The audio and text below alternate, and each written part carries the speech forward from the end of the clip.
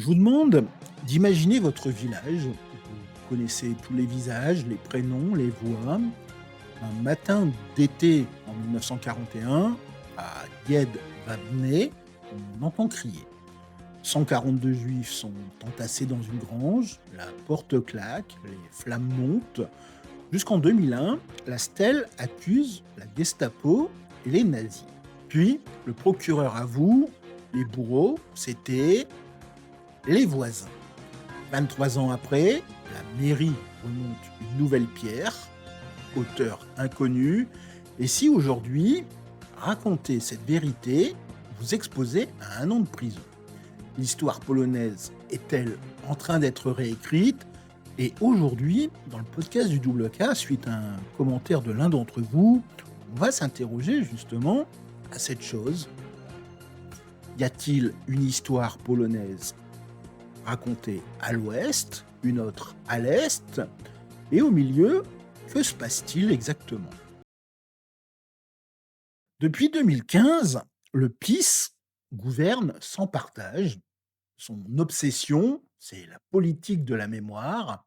Le récit, il tient en une phrase. La Pologne, c'est la première victime d'Hitler et de Staline, et ça n'a jamais flanché. Dans les manuels réécrits par le ministère, la guerre devient l'épopée de la Pologne chrétienne contre les deux totalitarismes. Collaboration, pogrom, dénonciation, disparu. Le résultat, c'est que 78% des lycéens pensent que seule une poignée de criminels ont pu aider les nazis. Une version qui rassure, mais certainement un petit peu tronquée. Le 29 janvier 2018, il y a ce qu'on appelle la loi de la mémoire. 3 articles, 1 an de prison et 100 000 zlotys d'amende si l'on attribue collectivement des crimes nazis à la nation polonaise. Officiellement, ça vise la formule camp polonais. Officieusement, un chercheur qui évoque Kielce peut être poursuivi, l'UE, les universités israéliennes, l'Académie polonaise crie un petit peu à la censure, mais Varsovie répond: on ne laissera pas salir le nom de la Pologne. 15 jours plus tard, la police saisit les serveurs d'un portail historique indépendant. Le directeur du musée de la Shoah à Majdanek est remercié. L'État reprend la main sur le passé. La première pièce, c'est Yed Vabneh. Le 10 juillet 1941, Jan Tomasz Gross compile témoignages, photos aériennes, procès-verbaux. Le résultat, c'est qu'une quarantaine de villageois ont aidé les Allemands sans tirer un seul coup de feu. En 2001, le président s'incline. Ici, le mal a été fait par les Polonais. 17 ans après, la loi de 2018 rebascule la faute. En 2023, Okopress révèle que la nouvelle stèle a été financée par la Fondation Tradition et Culture, proche du PiS. Le motif, c'est protéger la jeunesse d'un complexe de culpabilité née. La deuxième pièce, c'est Kielce, le 4 juillet 1946. On a 42 survivants du ghetto lynchés par des ouvriers et des policiers. Le procès communiste condamne 9 personnes, puis classe l'affaire. En 2016, le film Pauline remonte les dossiers. On y voit des enfants polonais regarder le meurtre. Le ministère retire sa subvention.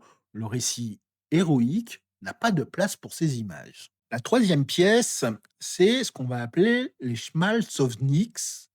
Entre 1940 et 1944, des Polonais dénoncent les Juifs réfugiés contre 500 zlotys, parfois même moins. Grabowski et Enkelking recensent 1400 cas documentés. En 2021, un descendant porte plainte pour diffamation. Les historiens sont condamnés à 16 000 euros d'amende et à une excuse publique. Le message est clair, c'est fouillé dans les archives, c'est risqué. Le tribunal. On va maintenant regarder les chiffres.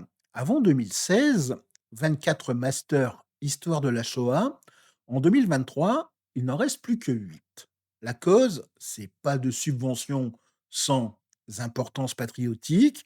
Le résultat, c'est que 40% des jeunes chercheurs déposent leur thèse à Vienne, Paris ou même Tel Aviv. Depuis 2022, tout article sur 1939-1945 doit passer devant un comité de mémoire de l'Institut de la mémoire nationale. Le délai moyen est d'environ 6 mois et les refus autour de 34%. Les thèmes retoqués le plus souvent, c'est la collaboration policière, la violence rurale, le rôle de l'Église, autant dire toute la vie quotidienne sous l'occupation. Si cette enquête vous éclaire, abonnez-vous et activez la cloche. Je suis en train justement de préparer une série sur les autres réécritures en Pologne. Partagez aussi, en Pologne, certains de nos amis historiens risquent leur poste simplement pour avoir parlé à la presse. Évidemment, le PiS, il ne va pas tout nier, il met, comme il le dit, en perspective. Son argument clé, c'est la Pologne était la seule nation où aider un juif valait la peine de mort. Ça, c'est vrai. Le Yad Vashem recense à peu près 7000 justes polonais. Ça, c'est un record absolu. Et le gouvernement, il ajoute, on ne peut pas comparer la terre entière, quelques criminels. L'objectif, c'est corriger les médias étrangers qui écrivent qu'en polonais. En 2023, on a d'ailleurs Netflix qui a remplacé la mention dans un documentaire. C'est une victoire diplomatique. Et le prix payé, c'était la censure interne. On va ajouter une nouvelle couche, c'est l'Église catholique, elle reste un des piliers de l'identité polonaise. Dès 1870, sous les partitions, les prêtres sauvent la langue. Aujourd'hui, on a 42% des primaires ont un cours de religion donné par un prêtre. Le programme parle de Pologne forteresse. La conséquence, c'est que critiquer l'Église durant la guerre, c'est toucher doublement. En 2019, on a Johanna Tokarska-Bakir qui publie une étude sur les pogroms de Cracovie où apparaissent des séminaristes. On a tout de suite eu des menaces de mort, la protection policière. Et un archevêque résume même attaquer l'Église, c'est attaquer la Pologne, le cercle est bouclé. On va maintenant aller voir le front. Le musée de la Seconde Guerre mondiale ouvre en 2017, 40 000 mètres carrés, avec un récit en multiperspective. Le ministre juge l'exposition trop universelle. En 2018, le directeur historique est limogé. Son successeur réduit de moitié la salle sur la Shoah, supprime un panneau sur les crimes des nationalistes et ajoute une galerie héroïsme militaire.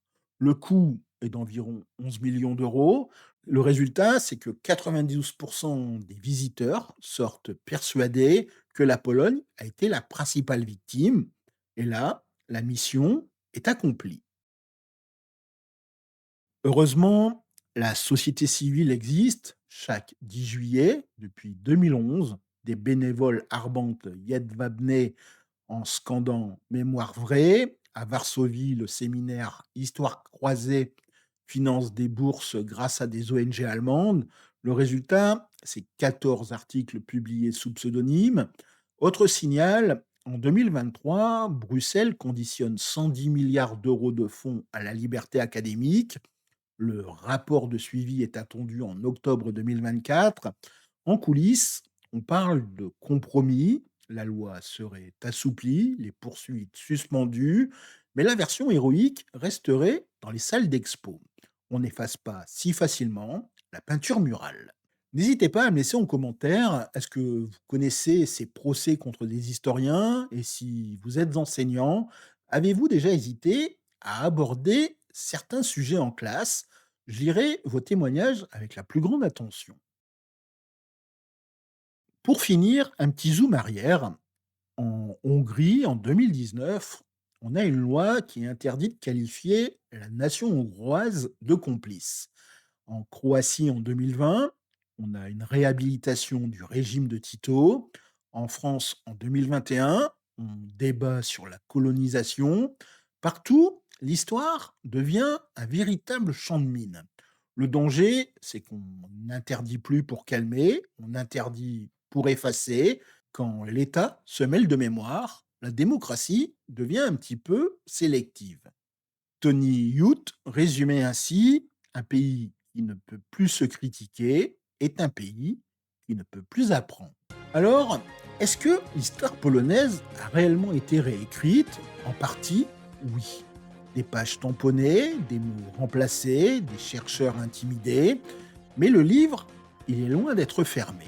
Des historiens continuent d'écrire, des lycéens de questionner, des visiteurs de découvrir. La Pologne, elle reste avant tout le pays de Copernic. Elle sait que la roue tourne, que les perspectives changent. La vraie menace, c'est la peur de la complexité. Une nation n'est pas un bloc de marbre, c'est un dialogue vivant entre ses victoires et ses fautes. Coupler ce dialogue, c'est affaiblir la démocratie. Alors, la prochaine fois que vous entendrez qu'en polonais, n'acceptez ni l'amalgame ni la censure, lisez Gross, Grabowski, Henkel King, écoutez aussi les voix qui crient à la diffamation.